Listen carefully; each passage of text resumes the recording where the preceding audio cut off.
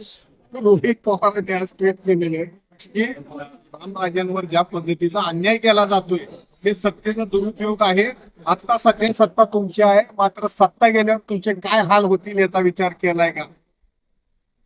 आता मला एक रोहित पवारांची कीव येते पहिली. आता मुळात रावणाला राम म्हणण्याचं काम करतो.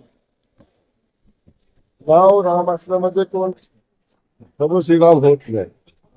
नाव प्रभू श्रीराम आहे पण काम मात्र आजपर्यंत शकुनी मामाचंच केलेलं आहे. पण मी या निमित्तानं मनापासून सांगेन, या कुठल्याही तपास यंत्रणेमध्ये आम्ही कधी हस्तक्षेप केला नाही. जे जे तपासात समोर आले त्याची चौकशी या निमित्तानं होते आणि ज्याची चौकशी होते त्यांनी स्पष्टीकरण द्यावं ना.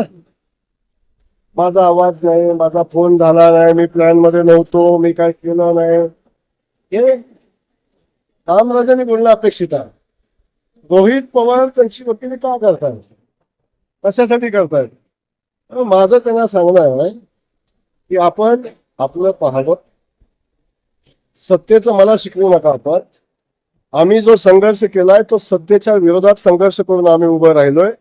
आजपर्यंत आम्ही अशा अनेक तुम्ही केलेल्या षडयंत्रांना बळी पडून अनेक वेळा आम्ही दुःख सोसले, भोगले आणि त्या सगळ्या संकटाच्या मालिकेच्या छाताडावर उभा राहून आम्ही इथपर्यंत पोहोचलोय.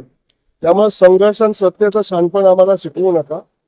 माझं म्हणणं एवढंच आहे की आपण चौकशीला सामोरं जावा, चौकशीमध्ये सत्य होईल. आणि माझं एवढंच सांगणं आहे की जे जे कॉल रेकॉर्ड, जे जे पुरावे समोर आलेले आहेत त्याच्यामध्ये आवाज माझा नाही एवढंच सांगा. त्यामुळं माझं एवढंच सांगणं रोहितजीला आहे, लवकरच आणखीन काय घडामोडी घडतील. आज उन्हात आहे ते उद्या मांडवाखाली येतील. त्यामुळं फार आपण सोजवळ गप्पा मारू नये आणि सत्य आहे नाही याच्या धमक्या आम्हाला देऊ नये.